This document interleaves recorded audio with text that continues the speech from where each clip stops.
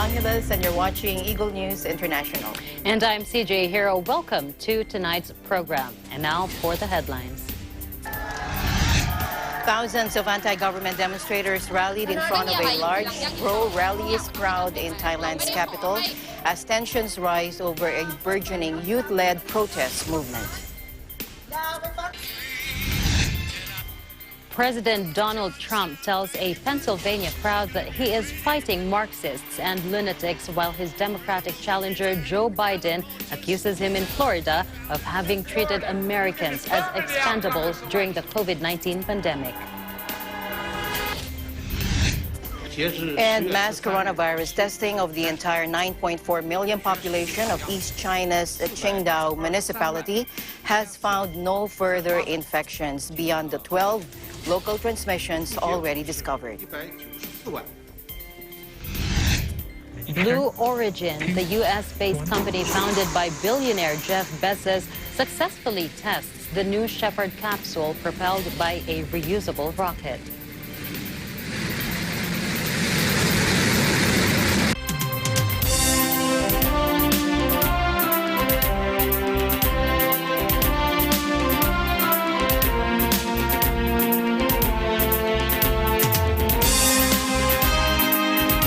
And now to the news. More than 1,000 protesters gathered in Bangkok ahead of a pro-democracy rally on Wednesday. Tensions are high in Thailand after the arrest of 21 pro-reform activists a day earlier.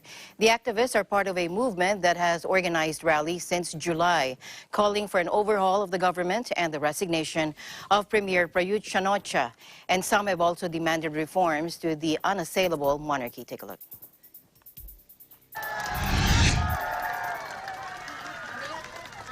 ไม่มีอะไรอยู่จีรังยั่งยืนตลอดไปทุกอย่างมันต้องมีการเปลี่ยนแปลงเราไม่ได้ขอให้ล้มลงไปเลยหายออกไปเลยไม่รับเลยไม่ใช่เราแค่ขอให้ปรับตัวไปด้วยกันประเทศเราต้องปรับตัวหลายๆอย่างปัจจัยนี้สถาบันก็เป็นส่วนหนึ่งที่ควรจะต้องปรับตัวด้วยเหมือนกันถ้าคนมองเห็นปัญหาและฟังเหตุผลที่แกนนำเขาได้อธิบายไปจริงๆแล้วคิดตามอย่างมีเหตุมีผลเขาจะเข้าใจว่าที่มาของปัญหามันมาจากอะไรแล้วเขาก็จะไม่ลังเลเขาจะมั่นใจในสิ่งที่เหล่าแกนนำพูดเพราะเขาคิดตามโชคดีแล้วนะคะที่เกิดมาเป็นคนไทยค่ะที่เกิดอยู่ประเทศไทยโชคดีแล้วนะคะรักประเทศไทยให้มากๆและสถาบันพระมหากษัตริย์เนี่ยรักให้มากๆเพราะเราก็ไม่รู้ว่าจะปฏิรูปเรื่องอะไรเอาหลักฐานมาโชว์สิฮะ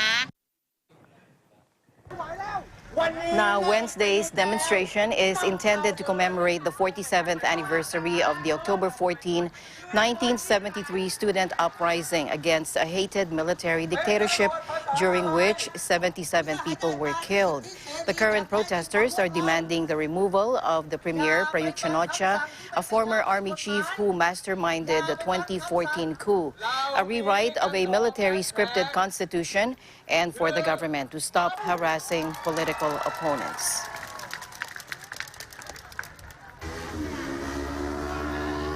Still in Asia, Indonesian police clash with protesters as hundreds of Islamists join a demonstration in Jakarta to rally against a controversial new law which critics fear will favor investors at the expense of labor rights and the environment. Please listen in.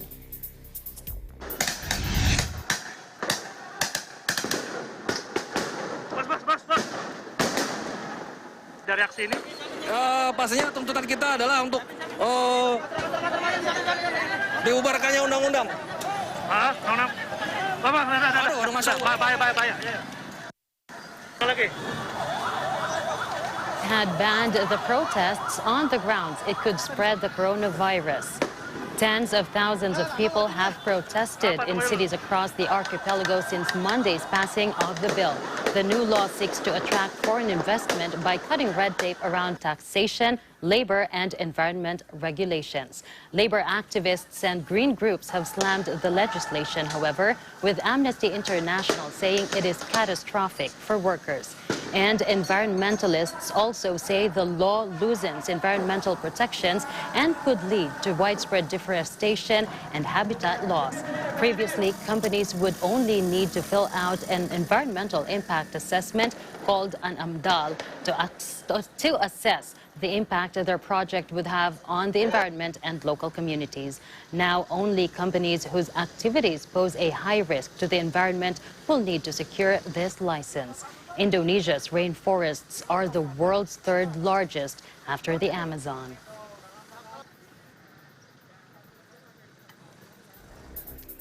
Developing countries must have equal access to future COVID-19 vaccines. That is according to Indonesia's foreign minister, as she warned that wealthy nations could scoop up billions of doses. Retno Marsudi, in an interview with AFP, said it was crucial for rich and poor nations to work together so we can guarantee equal access to a safe and affordable vaccine. Marsudi's comments follow an Oxfam report last month that found a group of wealthy nations representing just 13% of the global population have already bought up more than half of the promised doses of future COVID-19 vaccines. Marsudi was to meet with UK-based pharmaceutical giant AstraZeneca on Wednesday to cement a vaccine dose deal for Indonesia, the world's fourth most populous nation with nearly 270 million people, which has struggled to contain soaring infection rates. In August, Indonesia kicked off human trials of a vaccine candidate produced by China's Sinovac Biotech, with some 1,600 volunteers taking part in the 6-month study. Indonesia, one of the hardest-hit countries in Asia, has reported more than 340,000 cases of coronavirus and over 12,000 deaths.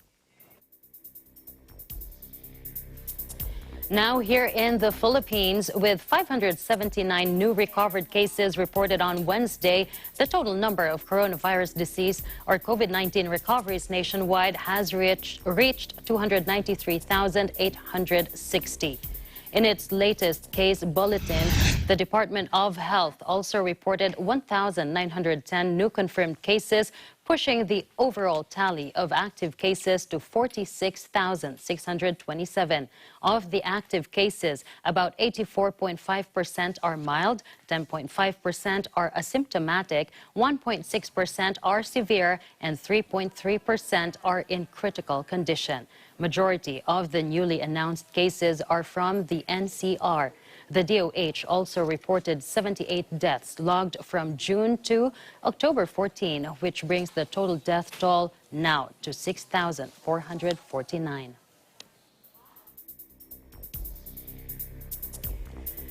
The Netherlands will go into partial lockdown to curb a surge in cases, with all bars, cafes, and restaurants closing from today. Here's Dutch Prime Minister Mark Rutte. Ja, dat is een harde boodschap. En de maatregelen gaan ook pijn doen.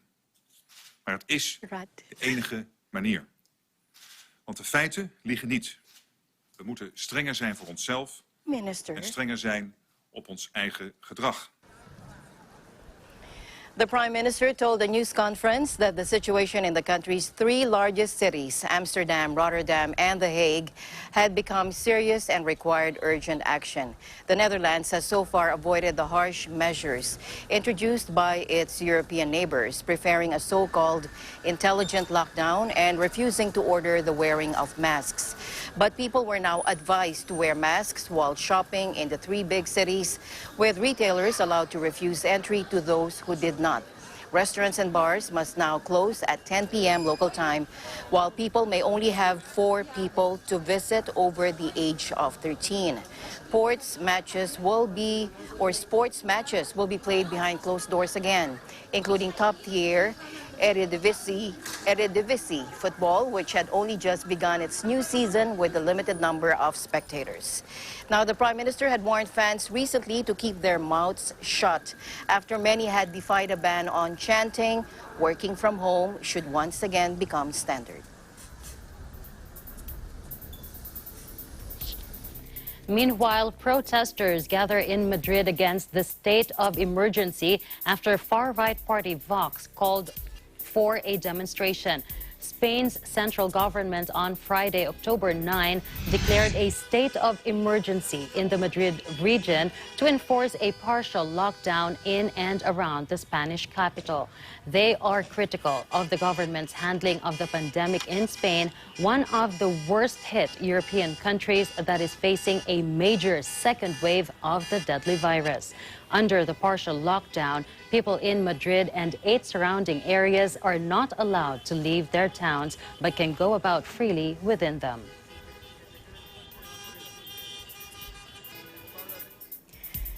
And the British government faced calls to impose another national coronavirus lockdown. Let's turn to our Graham Thomas. He has more on all of this, joining us live from the United Kingdom. Good to see you again, Graham. Good evening, Alma. How are you? Good evening, Graham. So what's expected to come out of these calls to impose another lockdown there?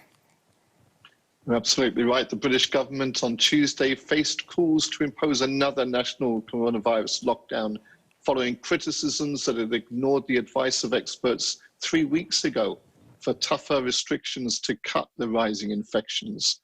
Opposition Labour leader Keir Starmer called for a 2 to 3 week circuit break lockdown to slow the rates, saying the government had lost control of the outbreak, having ignored stringent measures suggested by scientific experts on September 21. Health Secretary Matt Hancock told lawmakers the government had not acted on most elements of shortlist of possible virus interventions suggested by the scientific panel, including a national lockdown, because it had to consider the economic fallout alongside health impacts. We make decisions that are guided by the science, taking into account all the different considerations that we need to look to, he told MPs as they prepared to vote on the latest, more limited set of measures unveiled by Prime Minister Boris Johnson on Monday. Johnson announced a 3-tiered system categorizing areas of England by rates of infection to try to simplify a complex web of local restrictions. The northwest city of Liverpool, the only place put into the highest category, will see a ban on household mixing and pub closures from Wednesday for at least 4 weeks. However, England's chief medical officer, Chris Whitty, flanking Johnson at Downing Street New Conference on Monday evening, warned he was not confident that the measures would reverse an upward trend that had seen COVID-19 cases quadruple in the last 3 weeks. Britain on Tuesday announced 143 further deaths of people testing positive for the virus, the first time the daily announced toll has exceeded 100 since July. A further 17,234 positive tests were also announced. Whitty urged local leaders in the most affected areas to go further. There's a lot of flexibility in the Tier 3 level for local authorities, so they can do significantly more than the absolute base, because the base will not be sufficient, he said. Lord Mayor Sadiq Khan warned that it was inevitable that the capital will pass a trigger point for further restrictions in the next few days. Johnson's announcement was further undermined by the emergence of the details of the government's Scientific Advisory Group for Emergencies, or SAGE, advice. Alongside the circuit breaker measures, they had recommended closing bars, restaurants, cafes, gyms, and personal services like hairdressers, banning different households from mixing in homes, and switching all universities and college tuition online. However, the Prime Minister adopted only one of the 5 recommendations urging people to work from home. Starmer slammed the Prime Minister, saying that another lockdown was an opportunity to reset and to rectify some of the mistakes that the government had made. If we follow the science and break the circuit, we can get this virus under control. If we don't, we could sleepwalk into a long, bleak winter, he said. Britain's death toll of more than 43,000 is the worst in Europe, and hospital admissions are now higher than when the national lockdown was introduced on March the 23rd. Back to you, Alma. All right, Graham, so how are people there reacting to another lockdown in your area? Alma, the people in the UK are mixed in their opinion, ranging from wanting the government to introduce even tighter measures to some even calling for no further lockdowns at all. However, one thing is certain. The longer this pandemic continues, the more frustrated people will become, which could lead to civil unrest. The government are in a very tight position of balancing public health and the economy, with a spending over 1.5 times the normal national spend in health in this area already this year, something that generations to come will have to deal with. But for me, public health has to be the priority, and we should do whatever it takes to ensure the infection comes under control, and that will mean the effort and responsibility will have to come from everyone. Back to you, Alma. Okay, so Graham, I want to ask you this from my own. I know you own a care home. I just read that relatives of care home residents will be treated as key workers, and they should also be tested for COVID-19 weekly to enable safe visits as part of a new trial. Could you give us a picture of patient and senior care in the UK, if you may? Well, we already test the staff in our nursing homes every week. And I can tell you the additional burden that puts on the staff to ensure that testing is carried out. In fact, only today, I did our monthly testing on the residents in the care home. And that takes such a long time. To then ask for the care homes to test their visitors weekly, I don't think that's practical, really. We are testing for temperature control, and we're also testing oxygen levels of visitors coming into the home to ask us then to do the weekly testing. I think would be too burdensome.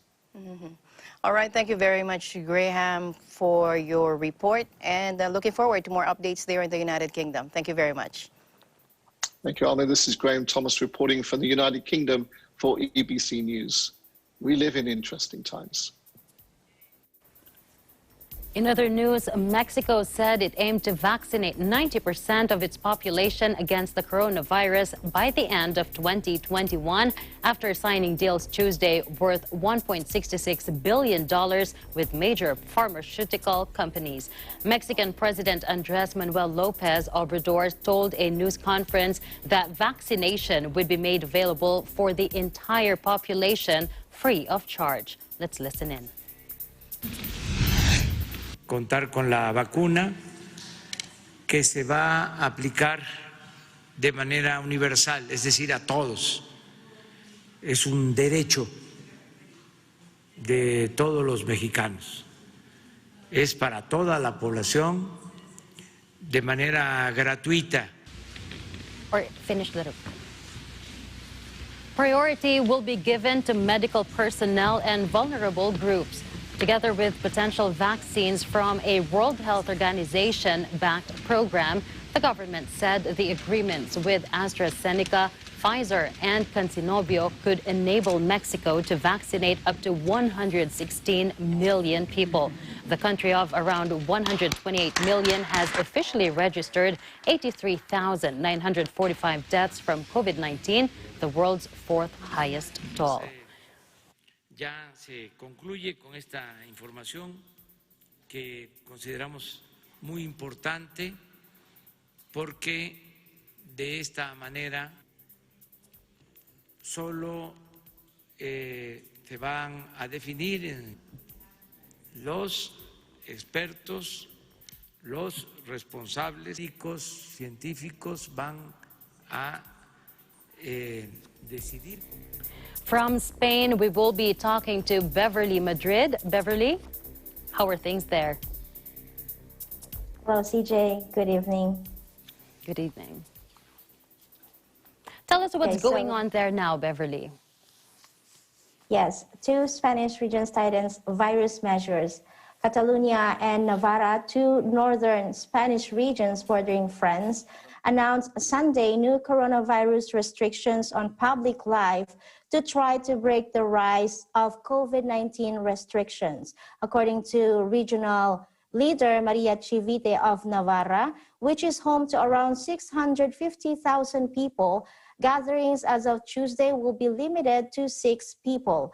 Bars and restaurants must close at 10 p.m. and their capacity will be limited to 30%. She also added that the capacity at cinemas, theaters, and libraries will be reduced to 30%, while supermarkets will be limited to 40%.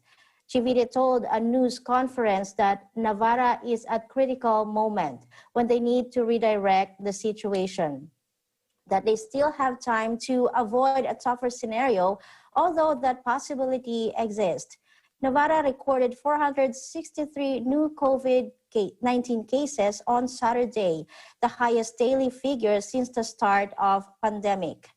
In the northeastern region of Catalonia, which is home to around 7.5 million people, Regional Public Health Secretary Josep Maria Arquimon urged companies to encourage their employees to work from home for the next 15 days. He also asked universities to move their classes online during the next 15 days to reduce social interactions.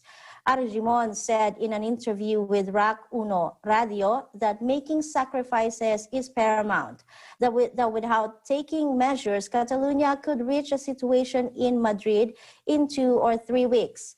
The Spanish capital is currently one of Europe's COVID-19 hotspots. The infections rate in the region of Madrid currently stands at 564 cases per 100,000 people, compared with just 257 in the rest of Spain, itself the highest in the European Union. Spain's central government on Friday declared a state of emergency in the Madrid region to enforce a partial lockdown in and around the Spanish capital. Back to you, CJ. Thank you so much, Beverly. Please do stay safe out there. Thank you. Same to you. Reporting from Barcelona, Spain, I'm Beverly Madrid. We live in interesting times.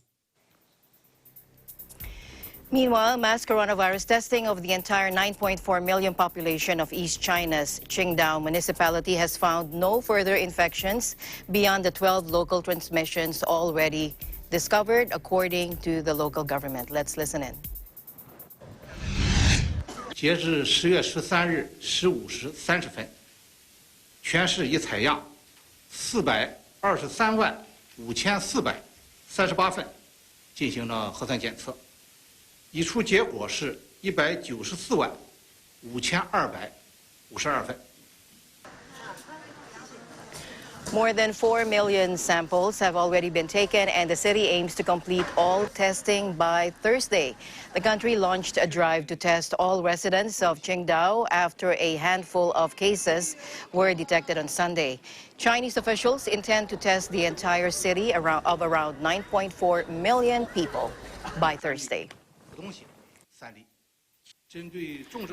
Meanwhile, in the U.S., President Donald Trump told a Pennsylvania crowd on Tuesday that he's fighting Marxists and lunatics, while his Democratic challenger Joe Biden accused him in Florida, another key electoral state, of having treated Americans as expendable during the COVID-19 pandemic.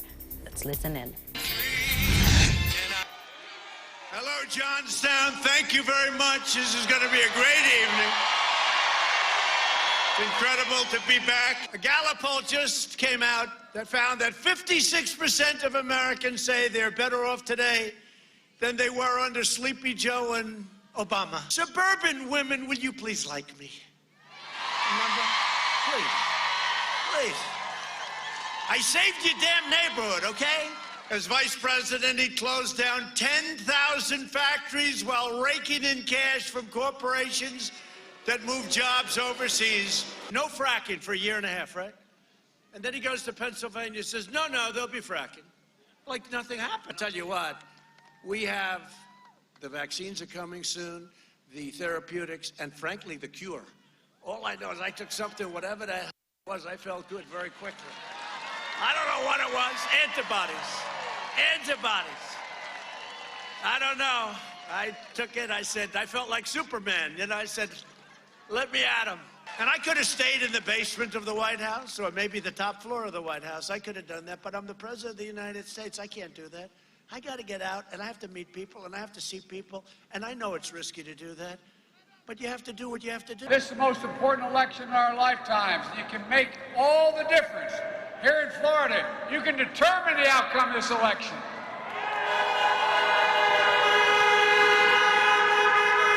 We win Florida, and it's all over. I'm running as a proud Democrat, but I will govern as an American president. I work for Democrats and Republicans.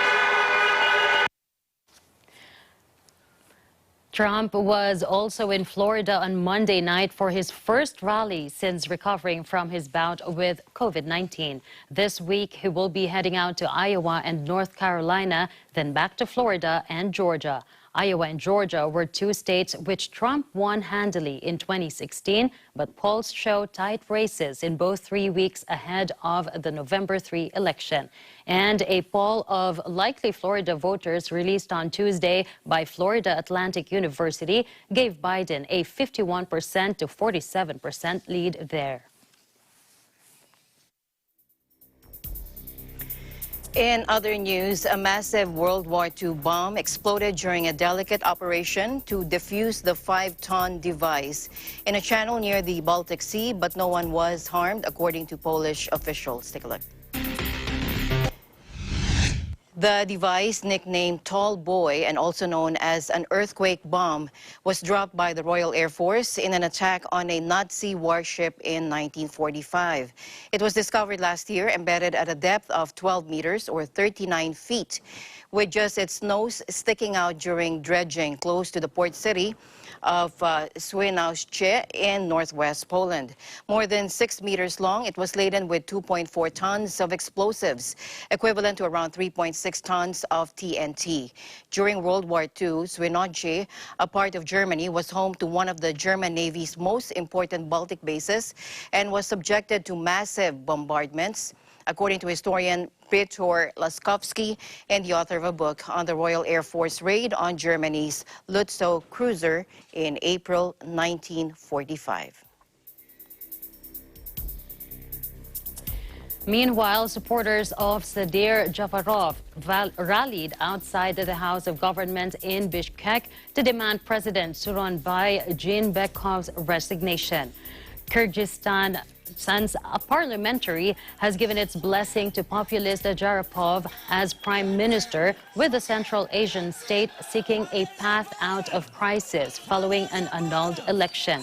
Japarov, who was freed from jail by supporters last week, has made several attempts to secure the post since unrest over the parliamentary election threatened to displace the central government. His latest effort was delayed after President Sooronbay Jeenbekov said he could not sign off on the appointment unless Parliament could achieve a quorum. On Wednesday, more than 80 lawmakers from the 120-member parliament attended an extraordinary session, and Japarov secured the backing of the ruling coalition. Kyrgyzstan, a landlocked republic of 6.5 million people, has had two presidents overthrown by street protests since gaining independence from the Soviet Union in 1991.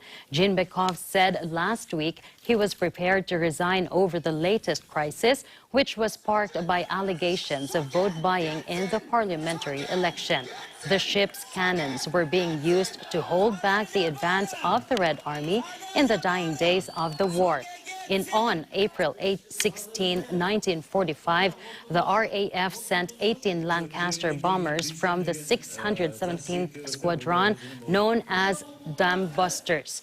The bombers attacked the Lützow with 12 tallboys, including the one that failed to explode at the time.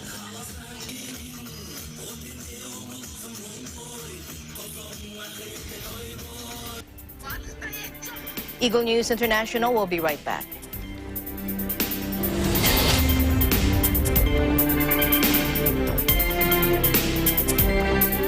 noon hanggang ngayon, gabay natin ang MTRCB ratings sa matalino at responsableng panonood.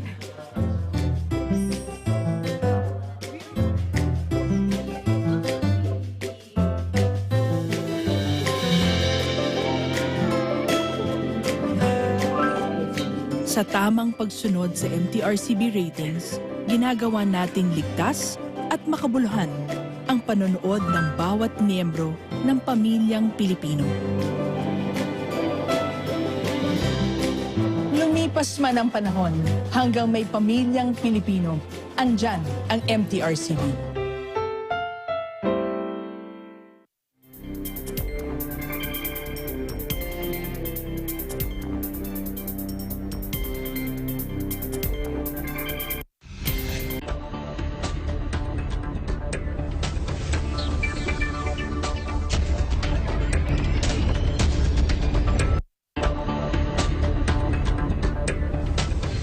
All right, welcome back. The International Monetary Fund said the economic crisis this year will not be as grim as feared, but global GDP will still contract 4.4%, and the damage inflicted by the pandemic will be felt for years. Massive injections of state aid kept economies from plunging further. It adds in its latest World Economic Outlook, but the outlook is still uncertain after this calamity. Take a look. In our latest World Economic Outlook, we continue to project a deep recession in 2020. Global growth is projected to be minus 4.4%, which is a small upgrade from June.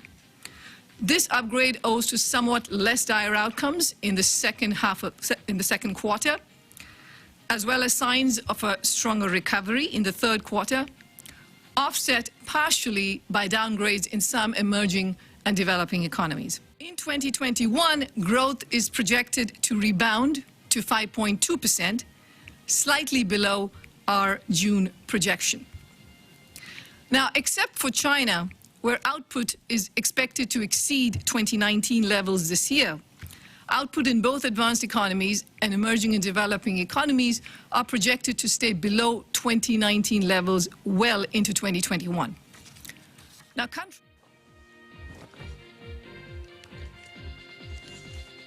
through our analysis and latest round of forecasts. Let me introduce them to you. The IMF called for continued lifelines, including wage support, cash payments, and credit lines for small and medium businesses until the recovery is underway, warning that removing them too soon could lead to a wave of bankruptcies and push economies back into recession. In addition, poor countries will need concessional financing as well as debt relief. The COVID-19 pandemic has caused a unique shock to the global economy, but the near-term financial stability risks have been contained for now, thanks to the unprecedented policy measures. But the International Monetary Fund warns the banking sector is likely to come under further stress in the coming months and could suffer capital shortfalls. Let's listen in. Risks to growth are still tilted to the downside. The probability that global growth will fall below zero in 2021 is close to 5%. This tail risk suggests that the economic future remains precarious amid huge uncertainties. Moreover, there's a risk that the recent policy actions may have unintended consequences beyond policymakers' stated objectives. Many countries in this crisis, among the emerging markets, have eased monetary policy. So the pandemic, of course, went hand in hand with a sharp decline in commodity prices, and particularly oil prices, and that has generally led to a downward trend in inflation in many countries. So with inflationary pressures easing, monetary policy could be eased. And indeed, we have seen many emerging market countries deploying asset purchase programs for the first time. So, countries have not only lowered interest rates, many have also expanded balance sheets via asset purchases. And so that has helped ease financial conditions, that has helped the corporations and individuals in emerging markets to continue to borrow and to continue to have access to credit and to funding. The banking sector entered the COVID-19 crisis with stronger capital and liquidity buffers than at the beginning of the global financial crisis. The success of the reforms undertaken over the past decade has allowed them, so far, to be part of the solution rather than part of the problem. Banks continued to provide credit to businesses and households during the pandemic. Nonetheless, in an adverse macroeconomic scenario, our analysis shows that some banking systems may suffer significant capital shortfalls. Looking ahead, policymakers should carefully sequence their response to build a bridge to a sustainable recovery. As economies reopen, monetary policy should remain accommodative to sustain the recovery. Liquidity support should be maintained even if pricing should be gradually adjusted to encourage the return to market funding.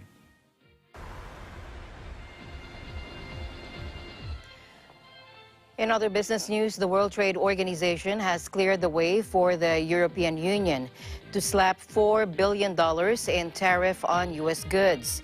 It stemmed from a long-running fight over aircraft subsidies.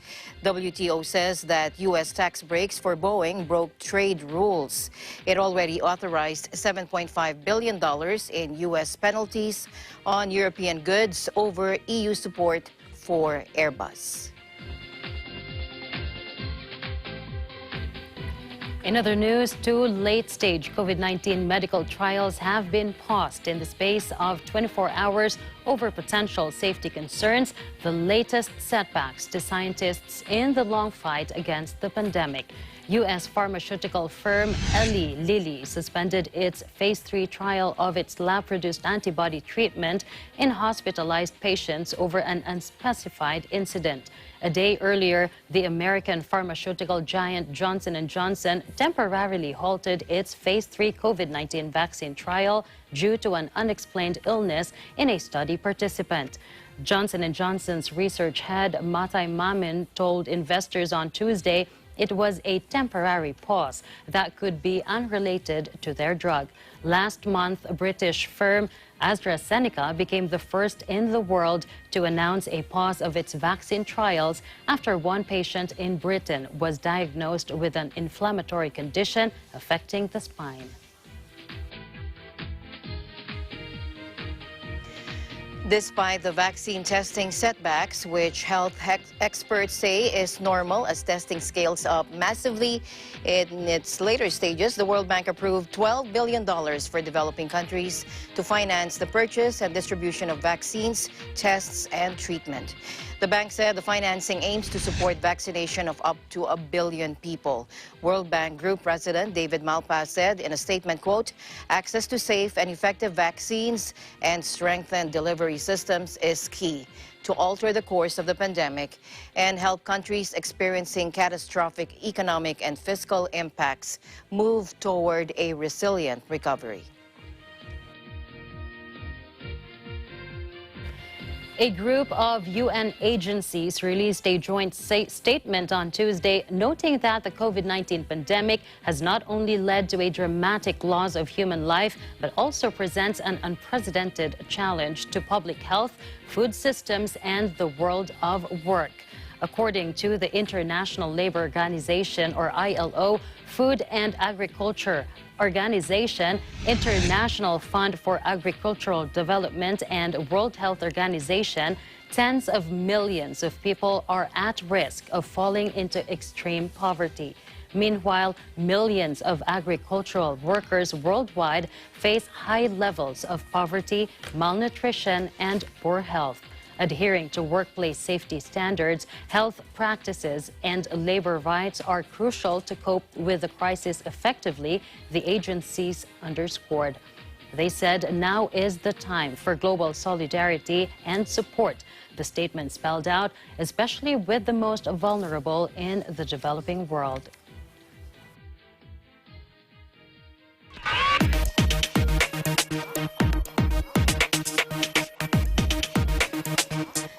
Meanwhile, Apple joined the move to 5G, unveiling 4 new iPhones, which use the new standard in what could be a turning point for the high-speed wireless technology. Take a look. Flat edges, allowing... Today, we're bringing 5G to iPhone. This is a huge moment for all of us, and we're really excited. 5G will bring a new level of performance for downloads and uploads, higher quality video streaming, more responsive gaming, real-time interactivity, and so much more. Frame and glass to stay flush, front and back, creating this unique, uniform construction. Now, the new models include the redesigned iPhone 12, successor to the top-selling iPhone 11 launched last year, with a display of 6.1 inches at a starting price of $799, available on October 23. A smaller iPhone 12 mini with a 5.4-inch display will start at $699 and will be in stores on November 13. With more features, the iPhone 12 Pro will launch this month from $999 and the 6.7-inch Pro Max from $1,099 in November, the same levels as their predecessors. The new handsets offer improvements to the camera system and a redesign that adds more display with a smaller overall size. 5G networks are touted as promising an exponential leap in the amount and speed of wireless data, enabling advances in self-driving vehicles, virtual reality, connected health, and more as sensors and servers communicate instantly.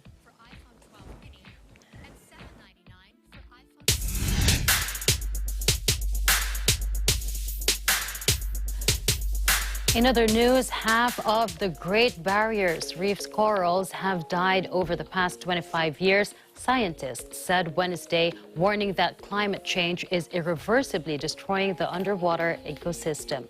A study published in the Proceedings of the Royal Society Journal found an alarming rate of decline across all sizes of corals since the mid-1990s on the vast World Heritage listed reef off Australia's northeastern coast. Larger species such as branching and table-shaped corals have been affected hardest, almost disappearing from the far northern reaches of the reef. Report co-author and James Cook University professor Terry Hughes said, and I quote, "They're typically depleted by up to 80 or 90% compared to 25 years ago," unquote. Hughes said scientists expected corals to continue dying off unless nations met their Paris Agreement commitment to keep the increase in global average temperature under 2 degrees Celsius or 3.6 degrees Fahrenheit above pre-industrial levels. On top of long-term ocean warming and associated bleaching, the reef has been battered by several cyclones and 2 outbreaks of crown-of-thorns starfish, which eat the coral since 1995. In California, forecasters are warning that a fall heat wave could bring back critical fire weather conditions this week. Fire weather watches will go into effect in much of Northern California early on Wednesday U.S. time due to high pressure producing hot and dry conditions. The utility Pacific Gas Electric said it was likely some circuits would be turned off to try to prevent damaged power lines from starting fires. A heat advisory has been issued for Southern California for the second day in a row for temperatures to be in the 90s and even 100s for some inland areas, with a few record highs possible. Now in Asia, a search operation has been launched for a missing rescue team as severe flooding and landslides battered central Vietnam, authorities said on Wednesday, as the country braced for further heavy rain. Close to 1 million people have been impacted by heavy downpours and rising waters since mid-last week. More than 200,000 homes have been flooded, according to the International Federation of Red Cross and Red Crescent Societies. Vietnam's Disaster Management Authority said 36 people are now dead. North-central Vietnam was also hit by severe weather on Wednesday as Storm Nangka made landfall. Forecasters said it could bring further rain in the coming days, while warning another storm was expected to form and make impact this weekend.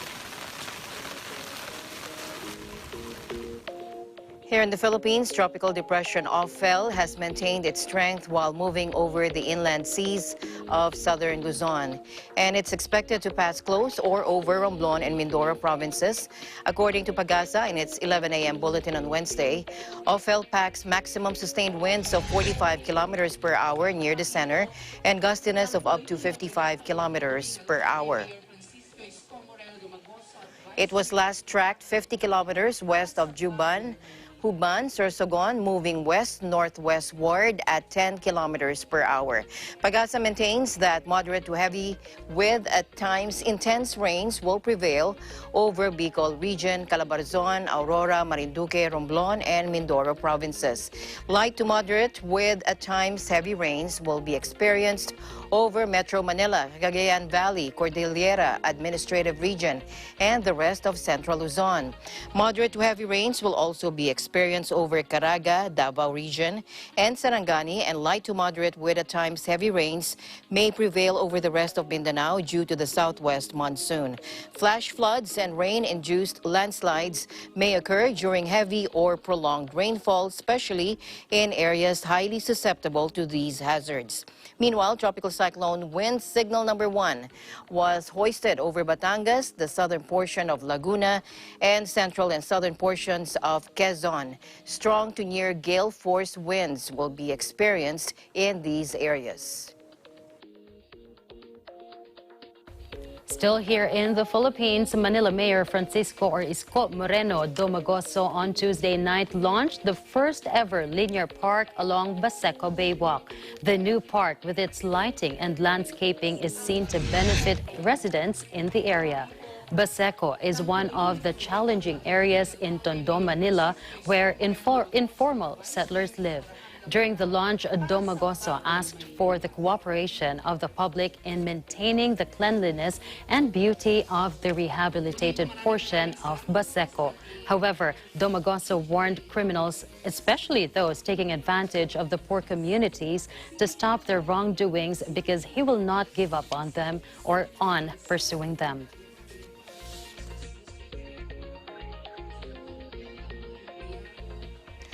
In other news, a three-person crew successfully reached the International Space Station on Wednesday aboard a Russian rocket after the fastest ever journey from Earth of just over 3 hours. Take a look.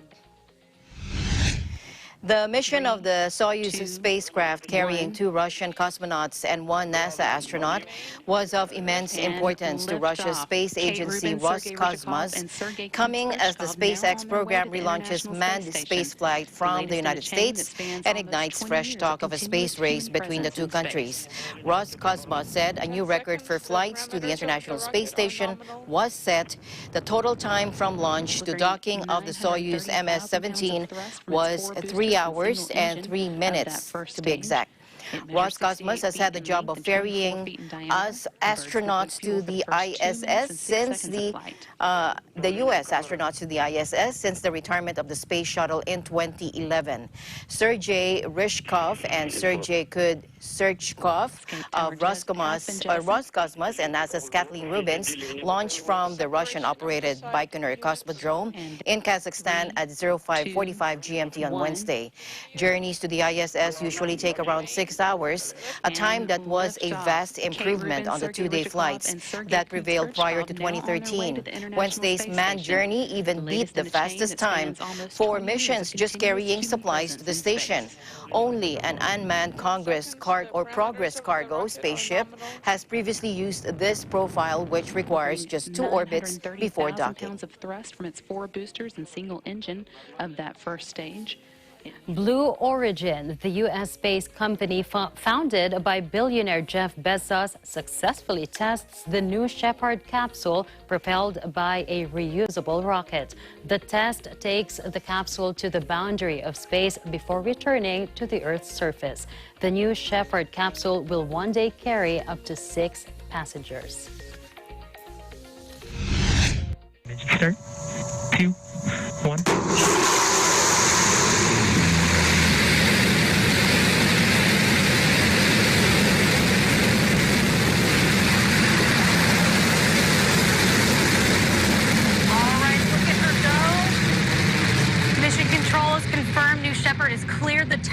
check out that shot from our drone. On her way to space. Lunar landing tech on board. Payloads inside.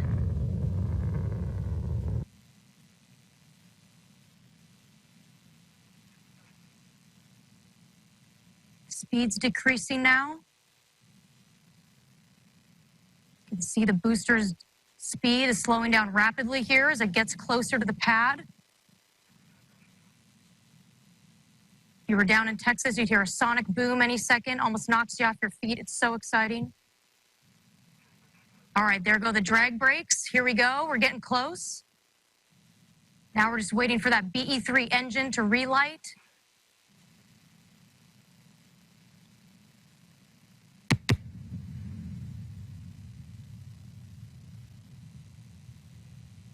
There we go.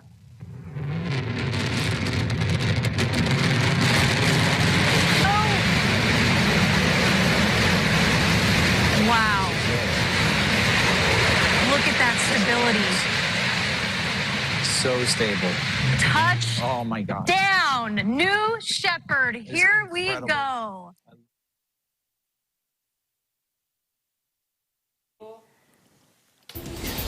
Well, that was a success. Would you ever sign up to go to space? Yes, I would actually. Wow, I wouldn't. I'd be You would? scared. As long as I come back. Yeah, okay. Well, that's it for tonight's broadcast. Thank you so much for joining us. I'm CJ Hero. See you back again tomorrow. At the end of the day, there remains so much more to be grateful for. I'm Alma Angeles, and we live in interesting times.